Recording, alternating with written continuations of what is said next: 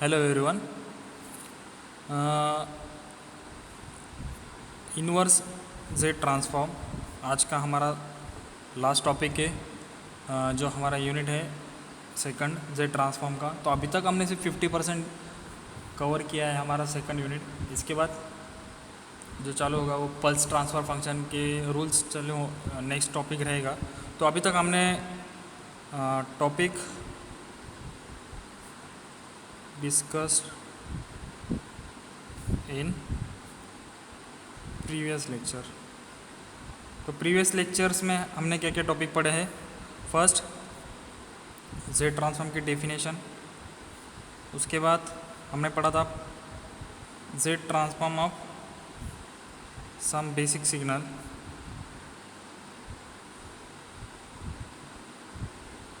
उसके बाद हमने पढ़ा था properties of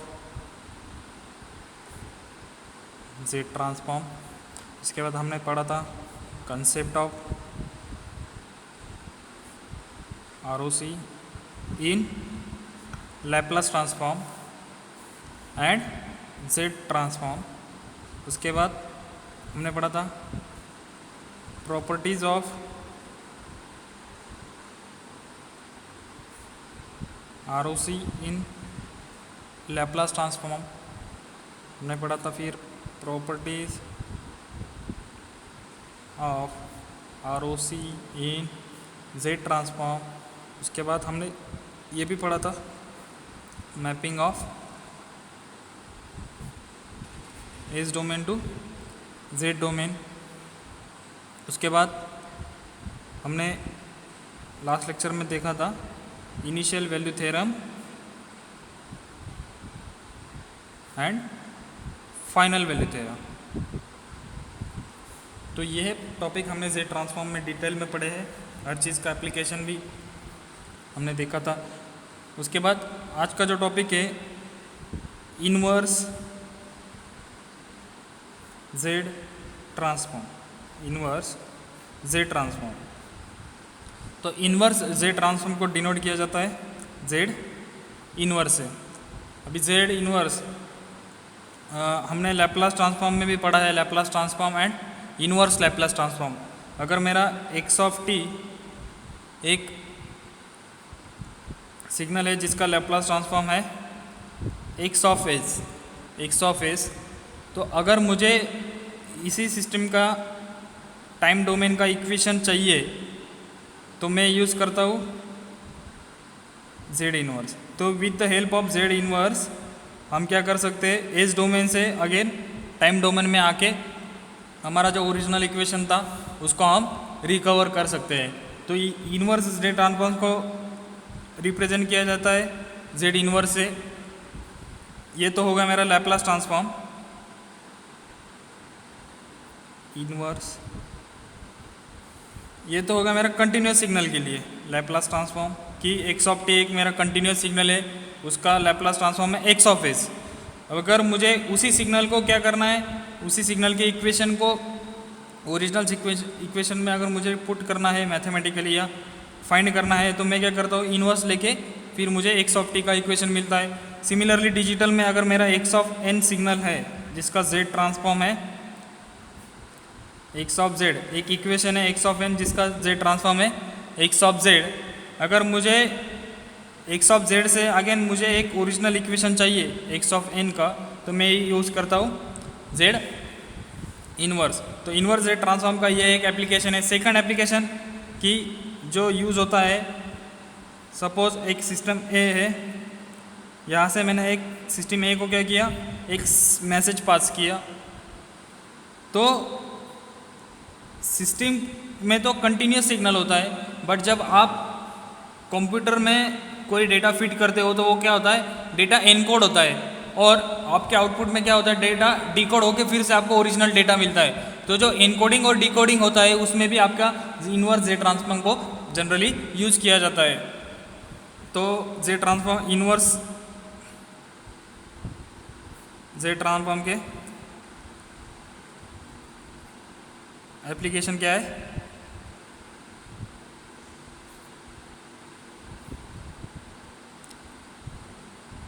encoding and decoding. तो मैथमेटिकली इनकोडिंग और डिकोडिंग को एनालिसिस करने के लिए हम इन्वर्स जेड ट्रांसफॉर्म को यूज़ करते हैं। तो इन्वर्स जेड ट्रांसफॉर्म की जो डेफिनेशन है, आपका एक 2 मार्क्स का या 4 मार्क्स का यूनिवर्सिटी में आपको क्वेश्चन भी आ सकता है कि define Z transform and find the Z transform of following signal या फॉलोइंग इक्वेशन। तो आपको जेड ट्रांसफॉर्म की डेफिनेशन क्या है standard, when x of Z is the Z transform of x of के टी। अगर एक्स ऑफ के T का z transform x of Z है, then corresponding operation that determine the x of kt from x of z is called as inverse z transform। तो एक ऐसा operation जो हमारे x of z से क्या निकाल पाए, फिर से हमारा x of kt जो गिवन था, ऐसा ऑपरेशन जो हमारे x of z से क्या करे, अगेन x of kt को फाइंड करे, ऐसे ऑपरेशन को हम क्या कहते हैं, inverse Z transform. Inverse Z transform, और इनवर्स जेड ट्रांसफॉर्म के 3 मेथड से या 4 मेथड से to find out inverse Z transform. First partial fraction method, second direct division method, third inversion integral method, four computational method. तो अभी तक आपको partial fraction पे क्वेश्चन पूछा है, तो हम ओनली 2 डिस्कस करेंगे, partial fraction method and direct division method. तो फर्स्ट पार्शियल फ्रैक्शन मेथड। तो मेरे आप सबसे गुजारिश है कि आप ये लेक्चर होने के बाद जो पार्शियल फ्रैक्शन आपने M3 में पढ़ा है, M1 M2 में M3 में भी पढ़ा हुआ है, और लैप्लास ट्रांसफॉर्म में भी आपने, और 12th में भी आपने पार्शियल फ्रैक्शन पढ़ा है, तो एक बार उसको रिवाइज कर लीजिए जब आप यूनिवर्सिटी के या इनसेम में एग्ज़ाम देने से पहले या रिवीजन करते वक्त। तो आज का हमारा जो फर्स्ट एग्जांपल है पार्शियल फ्रैक्शन मेथड में, consider X of Z is equal to Z square upon Z minus 1 into Z minus 0.5। ये क्या है, एक्स ऑफ जेड दिया है, मीन्स एक सिग्नल है एक्स ऑफ एन जिसका जेड ट्रांसफॉर्म क्या है, Z square upon Z minus 1 upon Z minus 0.5। तो उसका क्या पूछा है हमने, इवेल्युएट एक्स ऑफ एन। तो ओरिजिनल सिग्नल हमें क्या करना है, फाइंड आउट करना है फ्रॉम जो एक सिग्नल है उसका जेड ट्रांसफॉर्म दिया है, उससे हमें क्या करना है, ओरिजिनल सिग्नल को डिकोड करना है। तो फर्स्ट हम क्या करेंगे, अभी जो गिवन सिग्नल है हमारा उसको हम क्या करते हैं, रीराइट कर लेते हैं, X of Z is equal to Z square upon Z minus 1 Z minus 0.5। तो अभी मैं क्या करता हूँ, इसमें से कुछ मॉडिफिकेशन करता हूँ। अभी ये जो मेरा जेड स्क्वायर है, इसको मैं ऐसे भी लिख सकता हूँ Z into Z, Z into Z. तो एक जेड में क्या करता हूँ, राइट साइड में, लेफ्ट साइड में डिनोमिनेटर में शिफ्ट करता हूँ जेड स्क्वायर।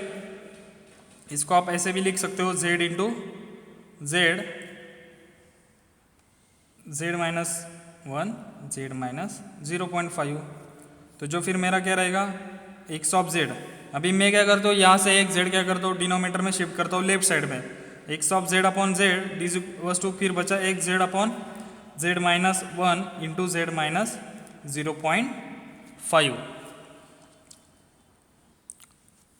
तो स्टैंडर्ड पार्शियल फ्रैक्शन अभी तो हमने जो पढ़ा है M1 M2 M3 में, अगर suppose X of S Laplace transform में X of S is equals to 1 upon S minus A और एस माइनस बी, ऐसे एक एक्स ऑफ एस या ऐसे एक रैशनल एक्सप्रेशन है मेरा, तो उसको पार्शियल फ्रैक्शन में हम क्या करते हैं, कन्वर्ट करते हैं A upon S minus A plus B upon S minus B.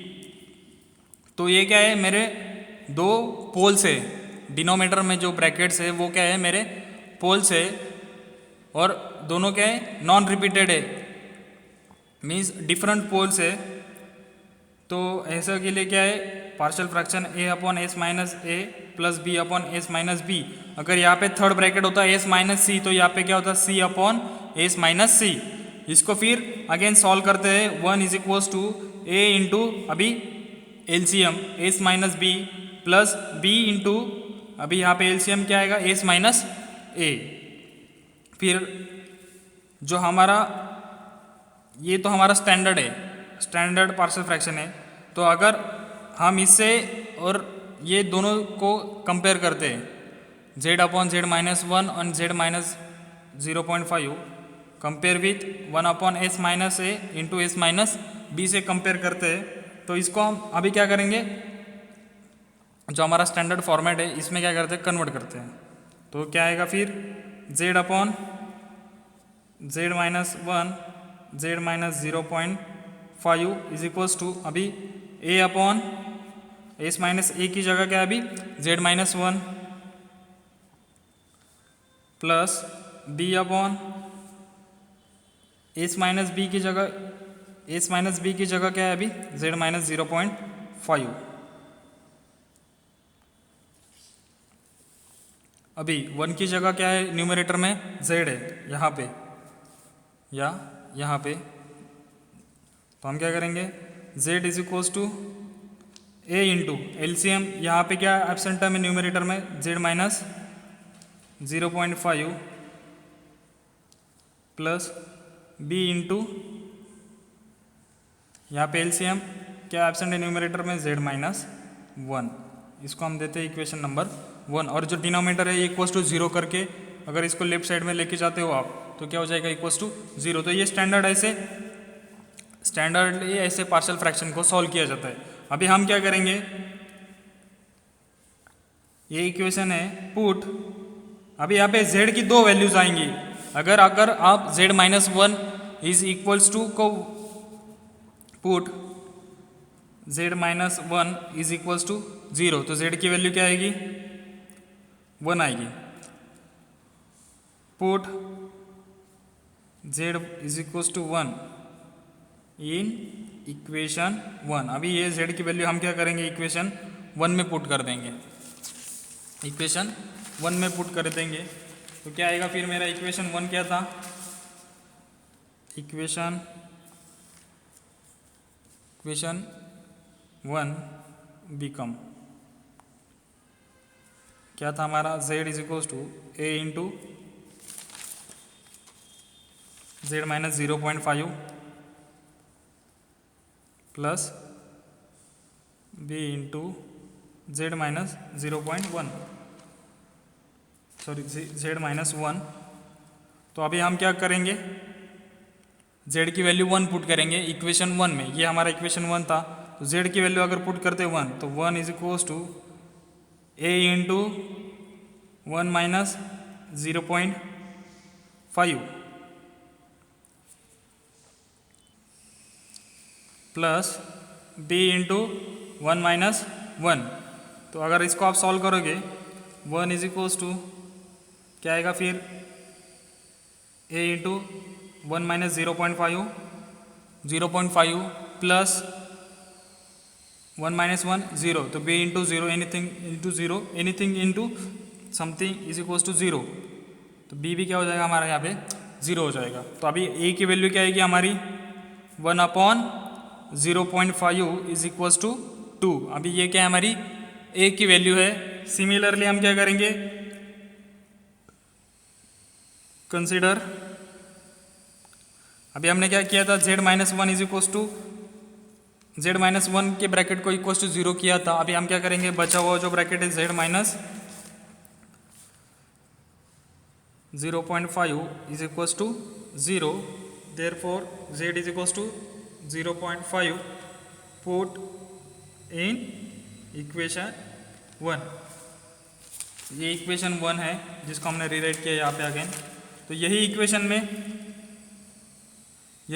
में हम क्या करेंगे अभी z की वैल्यू को 0.5 पुट करते हैं तो क्या आएगा 0.5 z is equals to 0.5 a into z 0.5 minus 0.5 plus b z की वैल्यू 0.5 माइनस 1।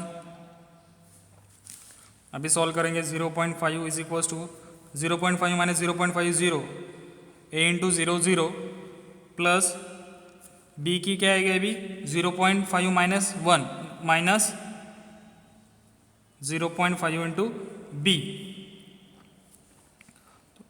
ऐसे भी लिख सकते हो माइनस b इंटू 0.5 अगर आप b की वैल्यू पुट करोगे तो क्या आएगा -1। तो a की वैल्यू क्या है 2 और b की वैल्यू क्या है -1। इसको पुट कर देते हैं हम। जो हमारा स्टैंडर्ड फंक्शन है वो क्या, सपोज इसको हम नाम देते हैं स्टार। इक्वेशन स्टार में पुट कर देते हैं। Put a is equals to 2 and b is equals to -1 in equation star. क्या आएगा फिर, इक्वेशन स्टार क्या है हमारा,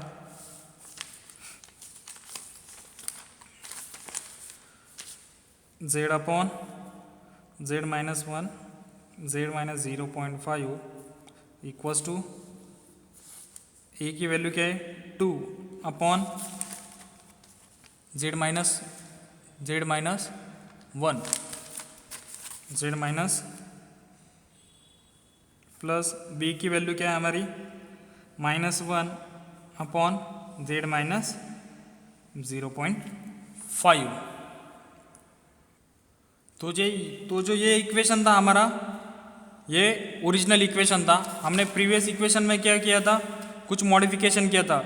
जो एक्स ऑफ जेड था उसको हमने लिखा था x of Z upon Z is equal to z minus 1 upon z upon z -1 into z -0.5। तो जो ये वैल्यू है हमने जिसको हमने पार्शियल फ्रैक्शन में सॉल्व किया वो क्या है, किसके इक्वल्स टू है, x of Z upon z. तो हम ऐसे भी लिख सकते हैं कि x of Z upon z equals to क्या आएगा, z upon z -1 z -0.5 is equals to क्या आएगा, इसका पार्शियल फ्रैक्शन सॉल्व करने के बाद 2 upon z -1 plus -1 upon z -0.5। ये हमारा स्टैंडर्ड इक्वेशन आया है। तो हम क्या करेंगे अभी, x of Z is equals to x of Z upon z equals to 2 upon z -1 plus -1 upon z -0.5। हमने क्या किया, ये बीच की टर्म को स्केप कर दिया और कंपेयर कर लिया x of Z is equal z upon Z is equals to directly हमारा जो पार्शियल फ्रैक्शन सॉल्व करने के बाद आया उसको हमने इक्वेट कर दिया। अभी जो हमारा जो डिनोमीटर में X of Z upon Z जो डिनोमीटर में जेड है उसको हम क्या कर देंगे, अभी राइट साइड में न्यूमरेटर में लेके जाएंगे। तो क्या आएगा, x of Z is equals to 2z upon z -1 plus -1 upon -1 into z upon z -0.5।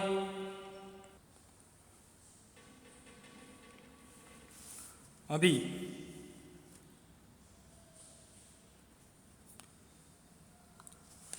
हमारे जो स्टैंडर्ड बेसिक सिग्नल के जेड ट्रांसफॉर्म है, वी नो कि हमारे पास क्या है, a raise to n u of n का जेड ट्रांसफॉर्म क्या है, z upon Z minus a और 1 upon 1 minus a into z inverse, दोनों में से कोई भी लिख सकते। अगर हम यहाँ पे देखें तो क्या है, z अपॉन जेड -1, 2 को कांस्टेंट है मैंने बाहर निकाल के या उसको आउटसाइड ले लिया, तो क्या आएगा z अपॉन जेड -1 और यहाँ पे भी क्या आएगा, -1 को बाहर निकाल लिया तो बचता है मेरा z अपॉन जेड -0.5। तो अगर मैं ऐसे लिख सकता हूँ कि z अपॉन जेड -1 इसके लिए ऐसे लिख सकता हूँ कि a की वैल्यू क्या है, यहाँ पे 1 है, 1 raise to 1 a raise to n है ना, सॉरी इसको ऐसे मत समझिए आप। अगर सपोज मेरा एक जेड ट्रांसफॉर्म है, x of n is equals to क्या है, 1 u ऑफ n। तो ये क्या है, इसको अगर मैं कंपेयर करता हूँ with compare with a raise to N E of N से। तो 1 ई ऑफ एन को मैंने कंपेयर किया A raise to N E of N से, तो क्या आएगा, ये 1 raise to 1 E of N equals to क्या आएगा, A raise to N E of N. दोनों क्या है, सिमिलर है। तो वैसे ही हमारा जो जे ट्रांसफॉर्म है, क्या A raise to you of N का जे ट्रांसफॉर्म आता है, Z transform of A raise to N you of N का जे ट्रांसफॉर्म क्या है, Z upon Z minus A. तो सिमिलरली 1 रेस टू 1 का जेड ट्रांसफॉर्म आएगा क्या, Z upon Z minus 1। Similarly Z transform आएगा फिर मेरा जो क्या है, जेड अपॉन जेड माइनस 0.5। अगर मैं ए की वैल्यू क्या है 0.5 raise to 1 u of n, तो यहाँ पे क्या होगी, ए की वैल्यू क्या अभी 0.5 है, तो अगर जेड अपॉन जेड माइनस 0.5 है। तो देखियो हमारा जो है ये जेड ट्रांसफॉर्म आया है, इससे हमें क्या लिखना है, एक्स ऑफ एन लिखना है। तो दो, अगर हम इसको एक्स ऑफ एन कंसिडर करते हैं और एक्स ऑफ एन का ये हमारा जेड ट्रांसफॉर्म है। Similarly 1 raise to you of n क्या है हमारा, एक एक्स ऑफ एन है जिसका जेड ट्रांसफॉर्म क्या है, जेड अपॉन जेड माइनस 1 है। Similarly a raise to N you of n क्या है हमारा, एक्स ऑफ एन है, उसका जेड ट्रांसफॉर्म क्या है, जेड अपॉन जेड माइनस ए है। तो हमारा जो सॉल्यूशन आया है पार्शियल फ्रैक्शन सॉल्व करने के बाद, क्या 2z upon Z minus 1 plus -1 into z upon Z minus 5। तो हम ऐसे लिख सकते हैं,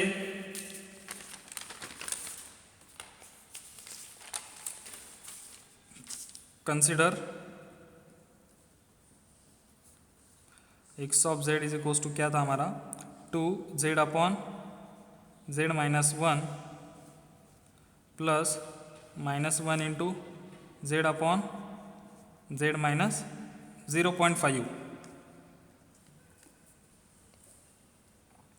So we know